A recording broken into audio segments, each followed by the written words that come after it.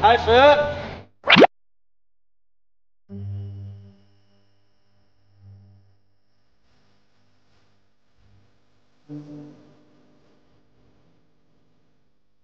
两边都会看不见。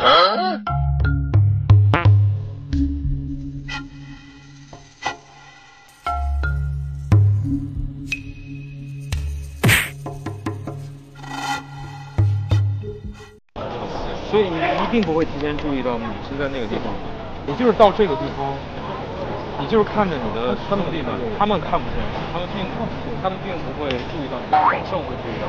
然后我顺着岳龙的视线跑过去，他的母亲。我觉得，因为他有一个点是，他的脸已经不仅仅是长大而已。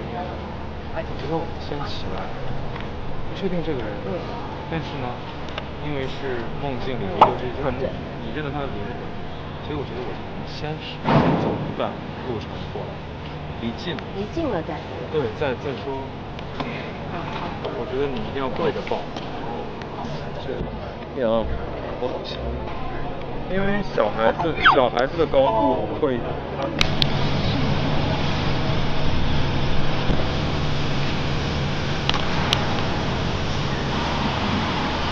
不对，在这里，快走！不许再回来了！我不想走，我不想回去了，娘。哥哥，你快走！我不想回去。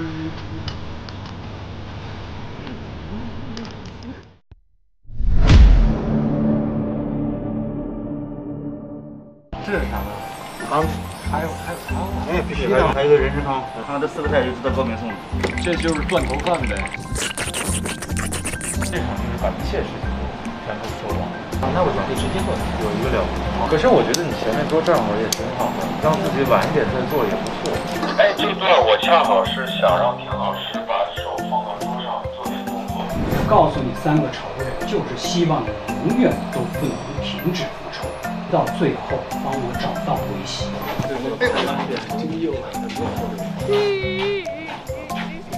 个角度要拍一个片子，简直就是有一点，请您不要挣扎，越挣扎越痛。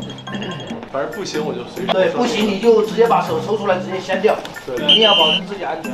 对啊。好，停。好，停。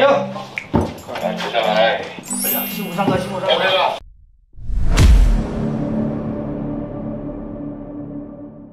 因为其实现在我觉得高明对藏海情感已经发生改变了，他已经不是单纯的一个师傅，然后被神秘人所派的一个师傅让这个人去执行任务，而是他把他当做自己的孩子一样，甚至是就是对他产生了情感。对呀。是吧？这个地方我们还是打完了以后有一个那种对视吧，加上大海的时候，自己也愣了一下。我觉得给我一个版本就是那种想说什么，但是还是没有说什么，就回家，对，就忍差点再多说2句就哭出来了，你知道吗？所以说赶紧给自己咬住了，回家挤出来2个字，然后走，是吧？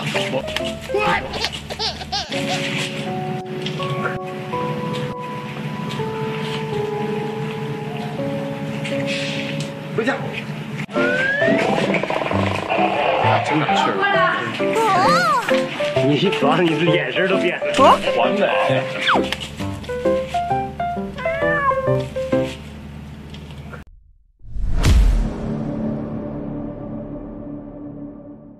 所以我有个问题，这一下的时候需要有这样的，要稍微的，太多了，等价8%。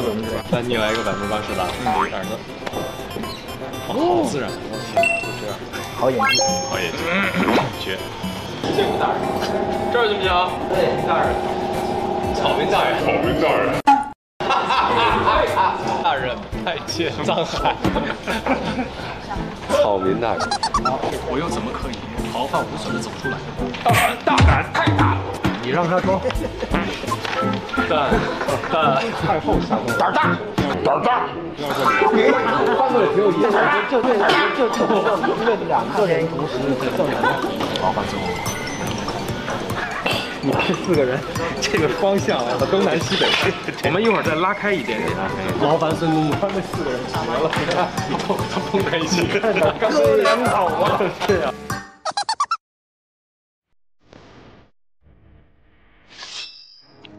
然后发誓，一定要找到桂喜。杀了平津侯，就是我在这世上。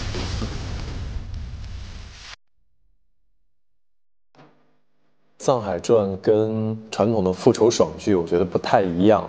他是一个没有武功的人，要达到复仇道路上前进的这样的一个目的，他就需要去用尽自己所有的关系跟手段。神秘人把他救了以后，高明成为他的师傅。我叫高明，艺术一流。上午跟我学堪舆营造，下午跟高明学纵横之术。这个孩子就交给我们来培养，让他以后走上一条复仇之路。你要复仇，就要学会风的变化。你就是我的第3位师傅。鲁夫他给藏海上的第一课，就是教他如何拒绝女人的柔情蜜意。这世上最难防的是真心。他就是你的仇人，平津侯庄如隐。乾隆必须入渊啊！藏海愿为侯爷效犬马之劳。平津侯庄如隐，他为了达到他心中的目标，他会不惜一切手段，就比如说把藏海的一家人满门的抄斩。你知道该怎么做。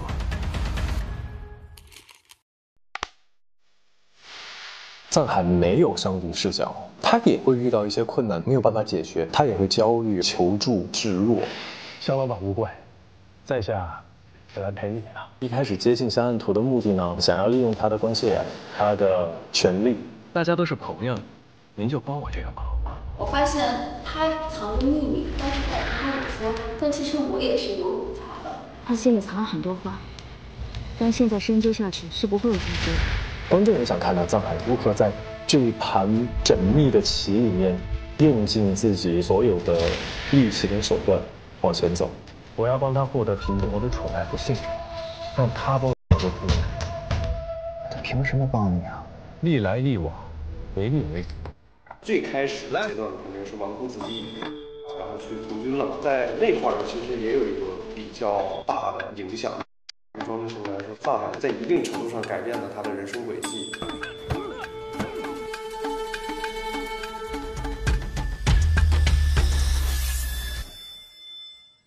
现在他在我手里，我会用他杀了平津侯。我要是告诉你，你的仇人不止平津侯，还有其他人。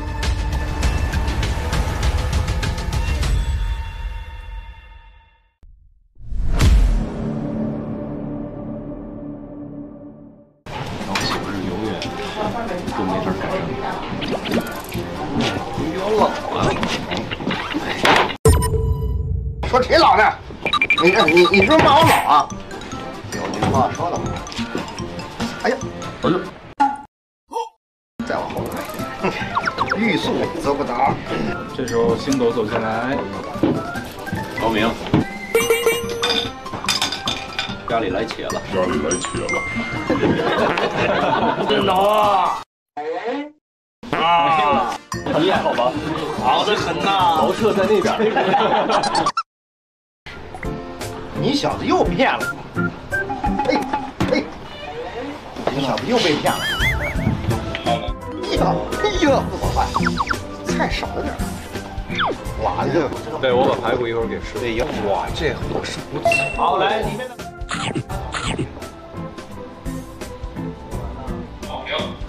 好。彼此之间的那种博弈。极限的拉扯，其实每一次都是以身涉险。我觉得这也是我们这个剧最好看的。我究竟到底是要复仇，还是要自赎？优酷的朋友们，大家好，我是肖战，在《藏海传》里面饰演藏海这个角色。藏海呢是一个背负仇恨、有很多复仇任务的这样的一个成长型的角色吧。请用3个词来形容一下10年隐忍这个阶段。从小孩变成了一个成年人，那我觉得是坚持、坚定、隐忍。关于营造术、纵横之术和堪舆之术，主要学到什么技能？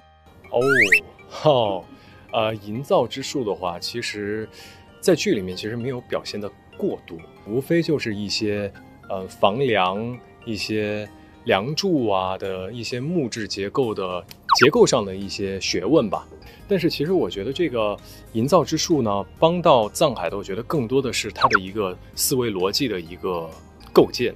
经常会在剧里面有一些那种藏海的脑内的一些 CG 图，它构建了整个，比如说这个房子的结构或者怎么样，其实是在更多从这些方面来帮助藏海在这个复仇之路上有一些成长吧。这一下就让我想起来我老板经常说的框架思维。对，我在生活里面也经常会这样，会对一些事情会有一个大概的一个结构嘛，这样会让你更加的做起事情来更加的清晰。然后说完了营造之后，那纵横就像我刚刚说到的，其实它是一个心理战术，包括也是在我们这个剧里面出现次数最多的一项技能，跟3个仇人，然后彼此之间的那种博弈、极限的拉扯，其实每一次都是以身涉险。我觉得这也是我们这个剧最好看的。堪舆之术其实无非就是，从他爹那儿，然后他传承到的一些技能，然后再加上后面星斗师傅教他的一些，可能就是看天象啊，然后通过空气里面的湿度啊，然后去判断接下来的雨水的量啊，其实是有科学的，当然是有科学的。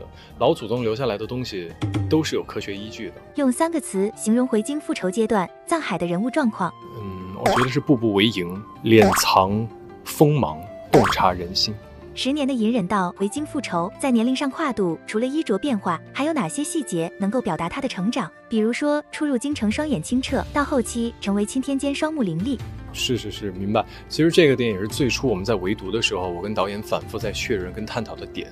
因为其实从入京，然后到发生第一个任务时间线的时候，没有隔几天，最多可能就隔了7天、1周的时间，但是他就要变得非常的有谋略，然后非常的有胆识，然后非常的可能是有一些小小的城府。所以对于我来说，我说我不可能在入京的时候演一个很天真无邪的一个少年，然后过了2天我就要跟大家斗智斗勇。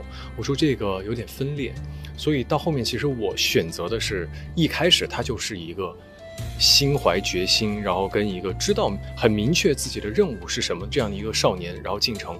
只是他在面对一些突发情况的时候，他没有想到自己的敌人会如此的强大，所以在一步一步往前走的时候，去不断的武装自己，然后去拉拢身边可以拉拢的所有的力量，然后来帮助自己。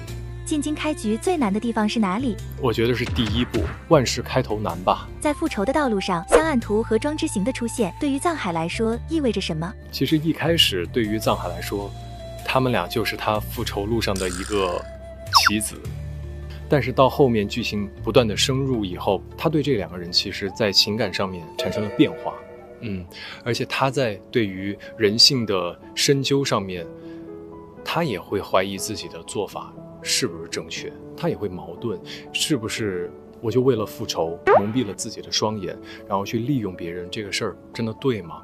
所以我觉得我们这个戏好看的点是在于，它不是一味的爽，它是在于到后面的时候，他会对藏海的这个人性有一个拷问，自我拷问，我究竟到底是要复仇还是要自赎？很重要，这点非常重要，我认为非常重要。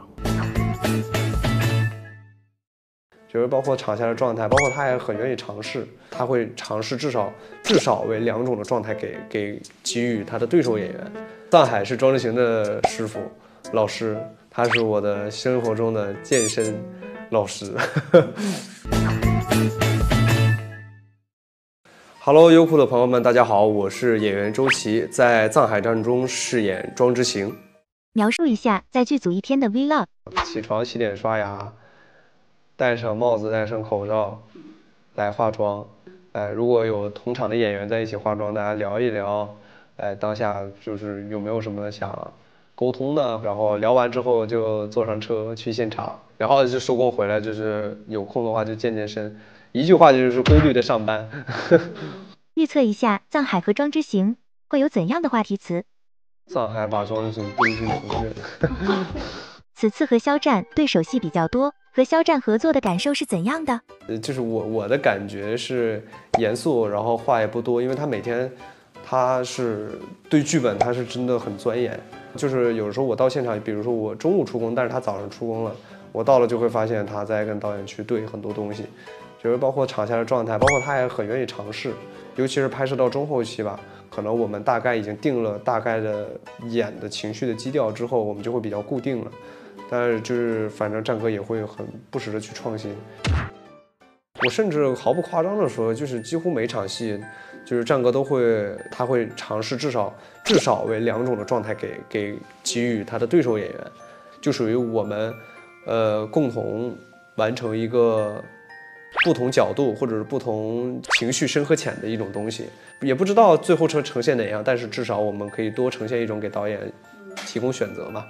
记得2人是怎样熟悉起来的吗？一开始反正就是属于是2个陌生人嘛，都会有一个属于那个我也不知道这叫什么期啊，但是我们破冰反正就是因为健身聊的都比较热门的话题嘛，都比较健康饮食这种话题，然后因此之后我们发现我们俩在玩同一款游戏，然后我们就没事就聊聊，比如说最近有没有什么比较厉害啊，或者是说比较强啊。感觉你们的共同点很多。对，就是爱好还挺同步的吧。2位在现实中组搭子的话，会组什么样的搭子呢？就他带着我健身，藏海是庄之行的师傅老师，他是我的生活中的健身老师。你和张静怡是北电校友，平时有聊过北电相关的话题吗？平时就跟他取经喽，学姐嘛，偶尔会问问他，比如说有没有什么好的推荐啊，而且也有一些共同话题吧，就是都是养宠物的这个家长嘛，他不是养了小狗叫豆仔嘛，然后我这小猫叫小不点嘛，没事他们俩就会在化妆间相遇，之前是不打不相识，现在已经成为了好朋友，因为属于在拍戏嘛，我们还是聊的更多的是剧组生活上的，或者是说拍戏的过程当中的一些事儿。跟父亲私下是怎样的相处模式？就一开始也是觉得黄哥，就大家都这么叫啊，就黄觉老师都觉得会比较严肃，但后来发现就是他是一个很爱发朋友圈的 I 人，但是相处久了会发现他又变得很一，对，然后就会感觉很有趣。对郑晓龙导演的印象是怎样的？小龙导演的话，反正我之前因为也有一个戏的面试遇到过小龙导演，然后我记得就是小龙导演当时是除了跟我聊戏之外，也纠正了我一些动作，我就感觉就是导演很细心嘛。然后在拍摄现场的话，感觉也是小龙导演能用一个词就把你的问题和需要纠正的地方一下子一语道破天机，就很精准很准确。如何看待工作中的一些变化呢？我觉得对于演员这个职业来说吧，工作中的变化，我觉得无非就是各式各样的角色，以及单个角色不同阶段的状态。我觉得这对于我来说很有趣，感觉有变化的人生才是有意思的嘛。对待工作中的变化，你算是很佛系的人吗？也不是说完全的佛系吧，其实我本人好胜心比较强的，经常就是会遇到各种面试，甚至有的可能7、8次，然后一次去，有的需要带妆，有的需要试不同的片段、不同的角色，其实都是很常见的一个事儿。我觉得，那对于演员来说，你只要把握每次的机会。未来期待自己成为一个怎样的演员？我希望的话，肯定是希望成为一个多变的演员吧，就让自己变得有张力吧。有张力的演员也是可以的。拍完《藏海传》，有什么样的收获吗？我其实觉得《藏海传》对于我来说，其实挑战真的蛮大的。虽说每一个戏都会有一个角色变化的过程，但是《藏海传》的变化过程是较大的。反正拍完肯定会很有收获的，因为我们戏的演员非常多嘛，然后也有前辈，也有同龄人。我觉得不管是哪个年龄段，都可以学到不一样的东西。因为任何一个演员都不会有一个100%同样的，类似于像加引号的双胞胎一样，因为每个演员都是不一样，都是有个性、有特色的。就藏海，其实对于庄之行来说，我觉得他像老师吧，也就是他的朋友，可以说是一束光。我觉得带领着庄之行一步一步的成长。Hello， 优酷的朋友们，大家好，我是演员周琦，在《藏海战》中饰演庄之行。庄之行是一个前后期跨度比较大的一个人物，然后他前面呢可能更多的是比较单纯，处于一个无忧无虑的这种公子的一个状态。那中后期呢，随着家庭的一些变故啊，随着他的一个成长，然后自身呢也会有一些改变。其实人生轨迹是一个比较跌宕起伏的一个状态。庄之行前期假纨绔，后期真努力，你觉得哪个阶段对你挑战更大？因为中间是有篇幅需要去庄之行一点点的去成长和转变的，他不是一下子就从一个假的纨绔子弟变成了一个到后期去练武从军的一个所谓的将军。所以说中间那段戏就是他开始变化，从表演上来说是艰难的，要比那2个点要难。请用3个表情包来描述高粱纨绔阶段的庄之行。第一个阶段就是无忧无虑的偏多一点点，然后紧接着就是就有时候会比较震惊，因为他对新奇的事物会有时候会好奇，然后有难过的时候，对，可以用这3个 emoji。请用3个词来形容高粱纨绔阶段的庄之行。最开始的话，我觉得是逃避、面对、克制。那第一个逃避，我觉得它是一种心理状态，因为他知道在他面前有一堵墙，就是蒋襄和庄之府，他越不过，而且他也知道他从小到现在庄之行现在这个假纨绔是什么原因造成的，除了当然有自己的原因，我觉得更多的是有家庭的原因。所以说当他逾越不过的时候，他其实在心里就是好吧，那我既然争不过了，那我就变成你们希望我变成那样。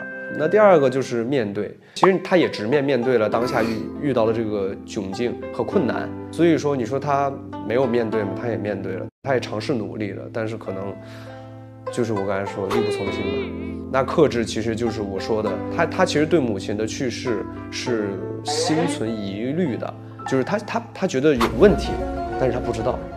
所以说呢，他对这个家，不管是对他的父亲，还是对于庄之府蒋襄来说，他其实是某种程度是在忍耐的，他是在克制自己的那一份希望为母亲报仇的心。直到藏海出现，其实是有了一些转机了嘛。你觉得原生家庭给庄之行带来怎样的影响？他其实没有得到本身家庭给予他的爱，而且他是那种他明知道自己缺爱的状态下，他其实想得到父亲的关心关爱的，但是没有办法，真的就是跨越不到那座墙和山。我觉得这也是他伪装自己的一个原因。庄之行是怎么看待他父亲的？其实很复杂内心，他希望得到父亲的爱，但是对于庄之行来说，他又知道他无可奈何，也是力不从心吧。藏海的出现对庄之行来说意味着什么？就藏海其实对于庄之行来说，我觉得他像老师吧，也就是他的朋友，可以说是一束光。我觉得藏海是知道庄之行家发生了一些什么事儿的，所以说他很清楚，他简单一推断，他就能推断出来庄之行你为什么会变成这样。就他其实不简简单单是告知了庄之行的真相，他其实也是把庄之行从他比较困惑迷惑的那个状态中给拽了出来，然后帮助他，其实也教会了他很多吧。除了帮他去做了一些规划之外，其他的呢也是带领着庄之行一步一步的成长。藏海是什么类型的老师呢？他挺严格的吧。我记得有一场戏是他让我习武，然后我练得比较累了，庄之行练得比较累了之后，他就带着关风石雷去那个诊楼又吃又喝的，然后藏海看了就很生气，然后就把我推到了猪圈里。所以你看，其实还是比较严格的。这场戏有什么背后的故事吗？那场戏其实就算是个剧组的趣事吧，我觉得。我特意问了一下，就是大概是2米高的那种泥的墙，那猪圈嘛，就是环境比较差。原本设计是就是武术老师设计的是要吊威亚，结果拍全景的第一条就是我们一条演下来之后，我自己也不知道为什么，然后就爬上去了，就2米多高。所以后来问，很震惊，然后战哥当时晚上就给我发消息，因为他本身也健身嘛，然后我也健身，他就有时候我们俩就私下也会聊一些这方面的话题，所以那天就说你就不用健身了，运动达标。是。